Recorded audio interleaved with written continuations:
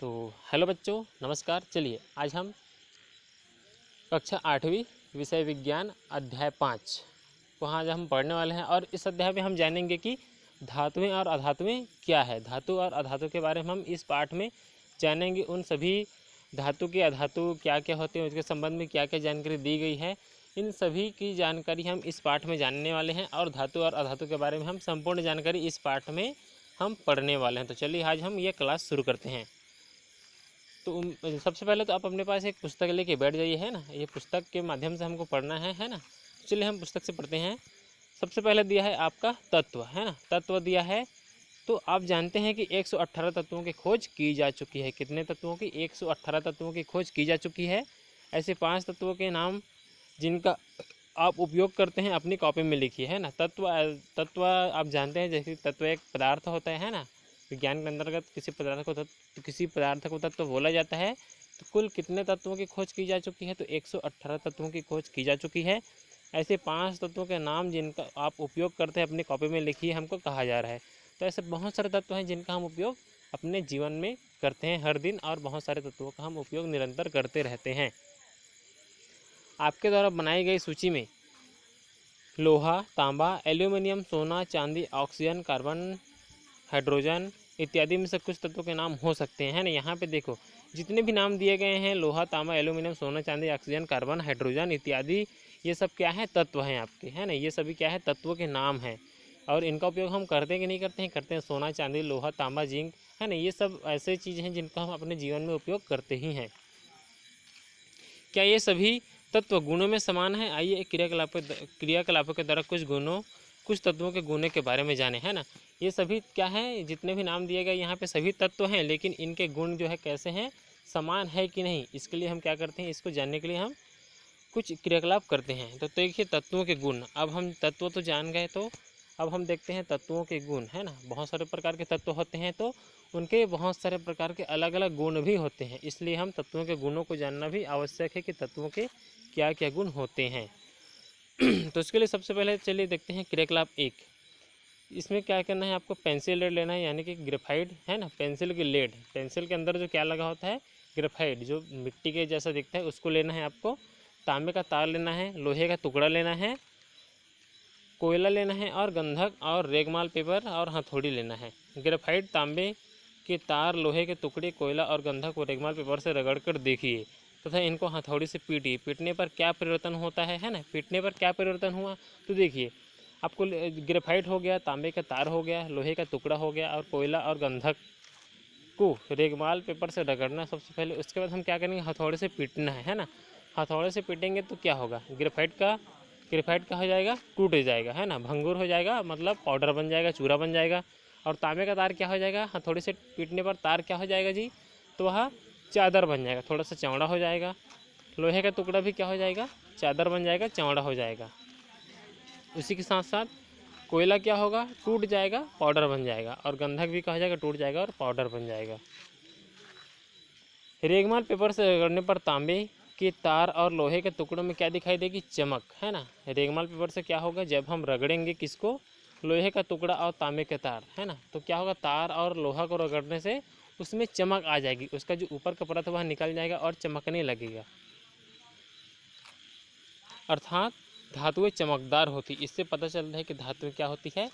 चमकदार होती है। धातुएं क्या होती है? चमकदार होती है। हथौड़े से पीटने पर ये फैलकर चादर बन जाते हैं। यह गुण आघातवर्धकता कहलाता है। यानी कि धातुएं में चमकदार होती है, और धातुएं चमकदार होती है, और धातुएं क्या होती है? फैलती भी है, यानी कि आघातवर्धकता का गुण भी पाया जाता है। पीटने पर क्या होता है? ग्रेफाइट, कोयला और गंधक टुकड़े में टूट जाता है। यह क्या कहलाता है? भंगुरता कहलाता है ना। तो यह क्या कहलाता है? भंगुरता कहलाता है। चलिए अब देखते हैं क्रियाकलाप 2। ये हमने पढ़ लिया क्रियाकलाप 1 में, जो बहुत ऐसे तत्व हैं जिनको हमने क्या किया? हथौड़े से पीटा और रेगमाल पेपर से रगड़ा। अब हम क्रियाकलाप 2 देखते हैं। तो देखिए तांबे का तार लेना है, पेंसिल लेड यानी कि वही पेंसिल की लेड को लेना है आपको, और उसके बाद मोमबत्ती और माचिस लेना है। अब क्या करना है? देखिए तांबे के तार और पेंसिल लेड को एक सिरे से तांबे के तार और पेंसिल के लेड को एक सिरे से अलग अलग मोमबत्ती के लौ कर लौ पर गर्म करना है। देखिए तांबे का तार हो गया और पेंसिल के सिरे को क्या करना है, एक सिरे को यानी कि एक तरफ के दोनों के एक एक तरफ के सिरे को अलग अलग मोमबत्ती की लौ पर गर्म करना है। कुछ समय बाद उनके दूसरे सिरे को छूकर देखिए क्या तांबे के तार और पेंसिल लेड का दूसरा सिरा गर्म होता है ना। तो देखिए जैसे ही हम पेंसिल के एक सिरे को गर्म करेंगे तो उसका दूसरा सिरा भी गर्म हो जाएगा। उसी तरह से तांबे के तार को भी हम क्या करेंगे, एक सिरे को गर्म करेंगे तो उसका दूसरा सिरा भी थोड़ी देर बाद क्या हो जाता है, गर्म हो जाता है। तांबे के तार के दूसरे सिरे का गर्म होना यह प्रदर्शित करता है कि इसमें ऊष्मा प्रवाहित होती है, अर्थात तांबा ऊष्मा का सुचालक होता है। इससे पता चलता है कि तांबा क्या होता है, ऊष्मा का सुचालक होता है, यानी कि उसमें ऊष्मा का प्रसार होता है। अब देखो कोई भी किसी वस्तु हम गर्म करते हैं तो होता क्या है, उसमें ऊष्मा निकलता है। तो जब गर्म करेंगे बहुत देर तक तांबे के तार के एक सिरे को, तो उसमें क्या होगा, दूसरा सिरा कहाँ चले जाएगा, सीधा गर्म होते होते वह जो ताप है दूसरे सिरे तक चला जाएगा और दूसरा सिरा भी क्या हो जाएगा, गर्म हो जाएगा। यानी कि जो धातु होता है ऊष्मा का सुचालक होता है। किंतु ग्रेफाइट ऊष्मा का सामान्य चालक होता है। किंतु आपका ग्रेफाइट क्या होता है, ऊष्मा का सामान्य चालक होता है, ना कि अधिक चालक होता है और ना ही कम चालक होता है। वह कैसा होता है, एक सामान्य चालक होता है। अब चलिए देखते हैं क्रियाकलाप 3। लोहे का तार, गंधक, विद्युत तार, बल्ब, एक शुष्क सेल, ग्रेफाइट, कांच की स्लाइड, मोमबत्ती और माचिस लेना है। तार, बल्ब और सेल लेकर चित्र में दिया गया परिपथ बना लीजिए। और देखिए आपको क्या लेना है, जो तार है, बल्ब है और सेल को लेकर कुछ इस तरह से आपको चित्र के माध्यम से आपको क्या करना है, बना लेना है, उनको जोड़ लेना है और रख लेना है। उसके बाद परिपथ के 2 तार खुले रखे है ना, और उसके बाद क्या करना है, यहाँ पे ये परिपथ के 2 तार आपको खुले रखने हैं कुछ इस तरह से, है ना। दोनों खुले तारों को चित्रानुसार लोहे के तार से जोड़ना है और दोनों खुले तारों को क्या करना है, लोहे के परिपथ से जोड़िए। अब देखिए बल्ब जलता है या नहीं। इस प्रयोग को लोहे के तार के स्थान पर ग्रेफाइट लगाकर भी कर सकते हैं। और दोनों तारों को हम क्या कर सकते हैं, उसके दोनों तारों के बीच में हम क्या लगा सकते हैं, लोहे का लगा सकते हैं। और लोहे के बाद हम क्या कर सकते हैं, ग्रेफाइट को भी लगा सकते हैं, यानी कि पेंसिल के जो बीच में क्या होता है ग्रेफाइट, उसको भी हम लगा सकते हैं। इस प्रयोग को लोहे के स्थान पर लोहे के तार के स्थान पर ग्रेफाइट लगाकर कीजिए। क्या अब भी बल्ब जलता है? अब ये देखिए होता क्या है, जो जैसे ही हम लोहा लगाएंगे क्या होगा, उसमें ही बल्ब जलेगा। उसके यदि हम लोहा को हटा दिए, वहाँ पे दोनों तारों के बीच से हम लोहा को हटा दिए और उसकी जगह पे क्या डाल दिए हमने, ग्रेफाइट डाल दिए, यानी कि पेंसिल का लेड डाल दिए, तब बल्ब जलेगा या नहीं। तो इसको हम करके देखेंगे तो होता क्या है, जब हम उन 2 तारों के बीच में क्या जोड़ देंगे, पेंसिल को जोड़ देंगे, है ना, पेंसिल के ग्रेफाइट को, तो वहाँ पर भी बल्ब जलता है। अब गंधक चूर्ण को कांच की स्लाइड पर रखकर मोमबत्ती के लौ से पिघलाएं और ठंडा करें। आपको गंधक की परत प्राप्त होगी। परिपथ के खुले तार के बीच में रखकर प्रयोग दोहराएं। क्या बल्ब जलता है? लोहे के तार और ग्रेफाइट को परिपथ में जोड़ने से बल्ब जलना प्रदर्शित करता है। होता क्या है, जब भी हम लोहे को रखते हैं 2 तारों के बीच में और तार को जोड़ते हैं लोहे के माध्यम से, या 2 तारों के बीच में हम क्या रखते हैं, पेंसिल का ग्रेफाइट रखते हैं, तब क्या होता है, बल्ब जलता है। और ये पता चलता है कि वे विद्युत के सुचालक हैं, है ना, जबकि गंधक विद्युत का कुचालक होता है, अतः बल्ब नहीं जलता। यदि हम क्या करेंगे, गंधक को रख देंगे तो वहाँ पे बल्ब नहीं जलेगा। इससे पता चलता है कि लोहा और ग्रेफाइट क्या होता है, विद्युत का सुचालक होता है, क्योंकि उसके जब हम उनको रखते हैं तो क्या होता है, हमारा बल्ब जलने लगता है। तो इसलिए लोहे का तार और ग्रेफाइट का क्या होता है, विद्युत का सुचालक होता है, यानी कि उसको अपने ऊपर से जाने देता है, इसलिए वह सुचालक होता है। लेकिन गंधक को रखने पर वहाँ पे बल्ब नहीं जलता, क्योंकि वह उसका कुचालक होता है और विद्युत धारा को अपने में से जाने नहीं देता दूसरे तार तक, यानी कि बल्ब तक नहीं जाने देता। अब देखिए सरनी को छोड़ दीजिएगा, है ना। हम देखते हैं कि लोहा और तांबा चमकदार, आघातवर्धता, है ना। हम देखते हैं कि लोहा और तांबा क्या होता है, चमकदार होता है, आघातवर्धता होता है, उसका गुण पाया जाता है। ऊष्मा और विद्युत के भी सुचालक हैं। जबकि कोयला और गंधक भंगुर होता है, यानी कि टूट जाता है ठोकने पर, है ना। ऊष्मा और विद्युत का भी कुचालक होता है, अर्थात हम तत्वों को उनके गुणों के आधार पर वर्गीकृत कर सकते हैं, है ना। तो देखिए यहाँ से पता चल रहा है कि हम जितने भी क्या पढ़े, कोयला पढ़े, है ना, यानी कि कार्बन, और क्या पढ़े, गंधक पढ़े, है ना, और क्या पढ़े, लोहा पढ़ा, ग्रेफाइट पढ़ा, ये सब क्या है, सभी तत्व हैं, लेकिन सबके गुण अलग अलग हैं। कोई विद्युत का सुचालक है तो कोई विद्युत का कुचालक है, कोई भंगुर है तो कोई भंगुर नहीं है, ये सब पाए जाते हैं। किसी में आघात वर्धकता का गुण है तो किसी में आघात वर्धकता का गुण नहीं है। तो यहाँ से पता चलता है कि सभी जितने भी प्रकार के तत्व हैं उन सभी के गुण क्या है, अलग अलग हैं। लोहा और तांबा जैसे तत्वों को क्या कहते हैं, धातु कहते हैं। लोहा और तांबा जैसे तत्वों को क्या कहते हैं, धातु कहते हैं। प्रकृति में अधिकांश तत्व धातु हैं और प्रकृति में जितने अर्थात हम तत्वों के उनके गुणों के आधार पर वर्गीकृत कर सकते हैं और उनके गुणों के आधार पर ही हम क्या कर सकते हैं, वर्गीकृत कर सकते हैं। मतलब तत्वों को हम किस आधार पर बांट सकते हैं, उनके गुणों के आधार पर हम अलग अलग बांट सकते हैं। कुछ तत्वों को धातु कह सकते हैं और कुछ तत्वों को अधातु भी कह सकते हैं, है ना। तो तत्वों को ही धातु या अधातु कहा जाता है उनके गुणों के आधार पे। उनके अलग अलग गुण होते हैं तो इसलिए उसको धातु और अधातु में बांटा गया है। लोहा और तांबा जैसे तत्वों को क्या कहा जाता है, धातु कहा जाता है। धातु कहते हैं प्रकृति में अधिकांश तत्व, यानी कि जो प्रकृति में जितने भी तत्व हैं उनमें से ज़्यादा तत्व कैसे हैं, धातु के रूप में होते हैं, यानी कि उनमें धातु के गुण पाए जाते हैं। धातुओं के अन्य उदाहरण है, देखिए धातुओं के अन्य उदाहरण क्या क्या दिया गया है। तो आपका सोना हो गया, चांदी हो गया, एल्यूमिनियम हो गया, टीन हो गया, लेड हो गया और जिंक इत्यादि क्या है, धातु हैं और ये सभी धातु के उदाहरण हैं। इनमें धातुओं के गुण पाए जाते हैं। और धातुओं के गुण क्या क्या होता है एक बार फिर से देख लीजिएगा। तो धातुओं के गुण क्या क्या होता है, धातुओं का गुण चमकदार होना, आघातवर्धकता होना, विद्युत और ऊष्मा का सुचालक होना, ये सब धातुओं का गुण होता है। इसके विपरीत कार्बन और गंधक जैसे तत्वों को अधातु कहते हैं, जबकि कार्बन और गंधक तत्वों को क्या कहा जाता है, अधातु कहा जाता है। प्रकृति में इनकी संख्या बहुत कम है और प्रकृति में क्या है, अधातुओं की संख्या बहुत कम है। धातुओं के अन्य उदाहरण क्या क्या है, अधातुओं के अन्य उदाहरण क्या क्या हैं, तो क्लोरीन है, ब्रोमीन है, ऑक्सीजन है, हीलियम है, आयोडीन, नाइट्रोजन, फास्फोरस इत्यादि ये सभी क्या हैं, अधातु में आते हैं। ग्रेफाइट भी अधातु है किंतु उसमें विद्युत चालकता पाई जाती है। देखिए ग्रेफाइट ही एक ऐसा धातु है ना। ग्रेफाइट जो है एक ऐसा धातु है जो अधातु तो है लेकिन वह विद्युत का सुचालक भी होता है। तो अधातु में आता है लेकिन इसका गुण जो है विद्युत का सुचालक वाला गुण भी पाया जाता है किसमें, तो आपके अधातु, और वह ग्रेफाइट है उसी में। तो हो गया आपका धातु और अधातु, है ना। धातुओं का गुण क्या क्या होता है, तो चमकदार होना, आघातवर्धकता होना, विद्युत और ऊष्मा का सुचालक होना। और अधातु का गुण क्या है, चमकदार नहीं होती, है ना, ठोस नहीं होता। धातुएं ठोस होती है और अधातुएं आपकी ठोस नहीं होती, आघातवर्धकता का गुण नहीं पाया जाता, भंगुरता का गुण पाया जाता है, विद्युत और ऊष्मा का कुचालक होता है। ये सभी अधातुओं का गुण है। क्या सभी धातुएं और अधातुएं ठोस होती है, अब देख लीजिए। हम ये जानते हैं कि धातुएं और अधातुएं ठोस होती है कि नहीं, है ना। तो इसको हमको पढ़ना है, क्या सभी धातुएं और अधातुएं ठोस होती है।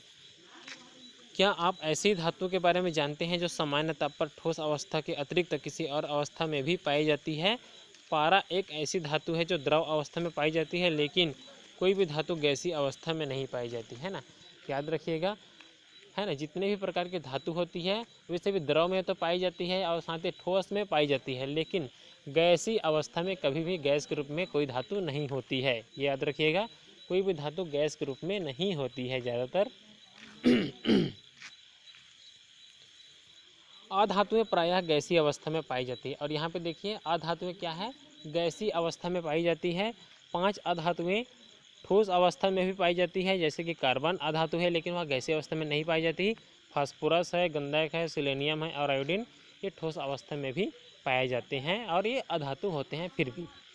और एक द्रव अवस्था में पाया जाता है, वो है ब्रोमीन। और एक अधातु भी है जो किस में पाया जाता है, द्रव यानी कि गीले रूप में पाया जाता है, पानी के रूप में, और वो है आपका ब्रोमीन। यहाँ पे एक और ध्यान देने वाली बात है, धातुओं में पारा एक ऐसी धातु है जो किस में पाई जाती है, द्रव के रूप में पाई जाती है, है ना। तो देखिए धातुएं गैस के रूप में नहीं होती और अधातुएं गैस के रूप में होती है, गैसीय अवस्था में होती है। और धातुएं और अधातुएं गैसीय अवस्था में होती है लेकिन धातुएं गैसीय अवस्था में नहीं होती, याद रखिएगा।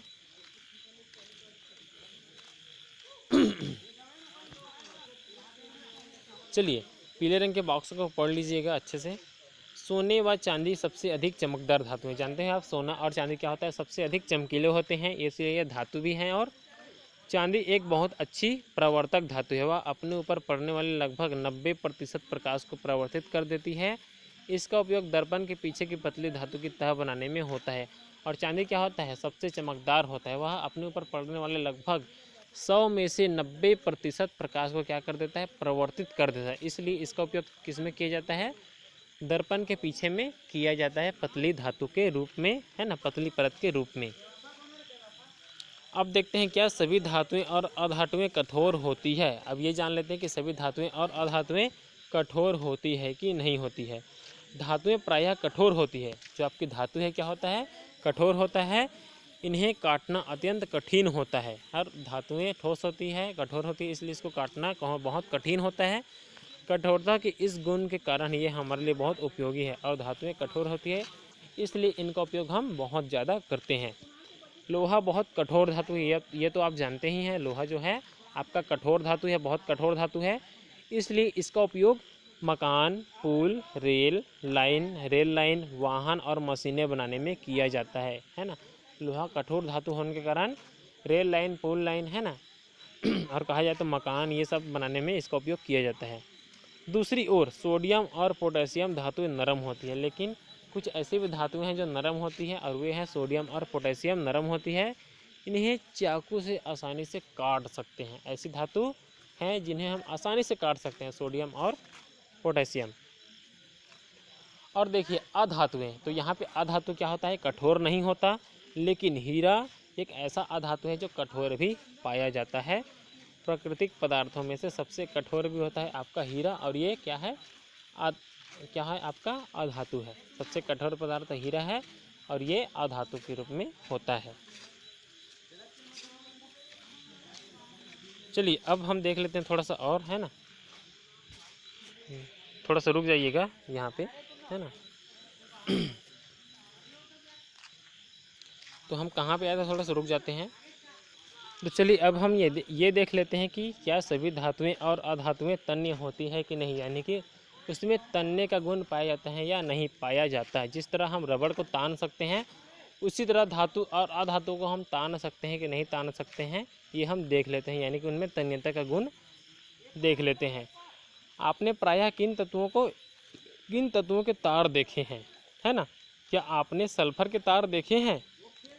किसी धातु का वह गुण जिसके कारण उसके तार खींचे जा सकते हैं, तन्यता कहलाता है। अब देखिए किसी धातु से हम क्या खींचेंगे, तार खींचेंगे। यदि उससे तार बन जाएगा तो उसमें तन्यता का गुण पाया जाता है, यानी कि तानने का गुण पाया जाता है। वह उसको हम क्या कर सकते हैं, तान सकते हैं।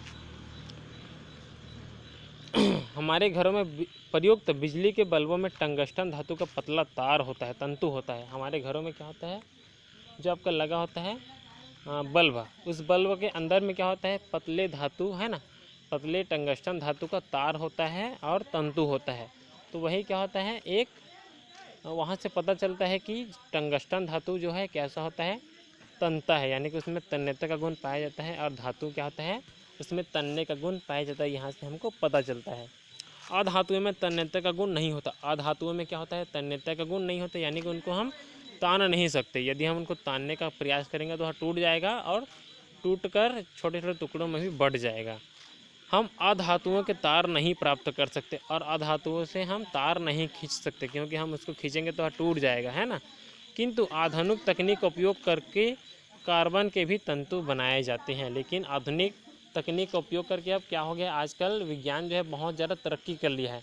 तो आज विज्ञान की दुनिया में क्या हो गया, कार्बन से भी अब क्या किया गया है, तार प्राप्त किया जा सका है, यानी कि तंतु भी बनाए जाते हैं। और ये है विज्ञान का कमाल कि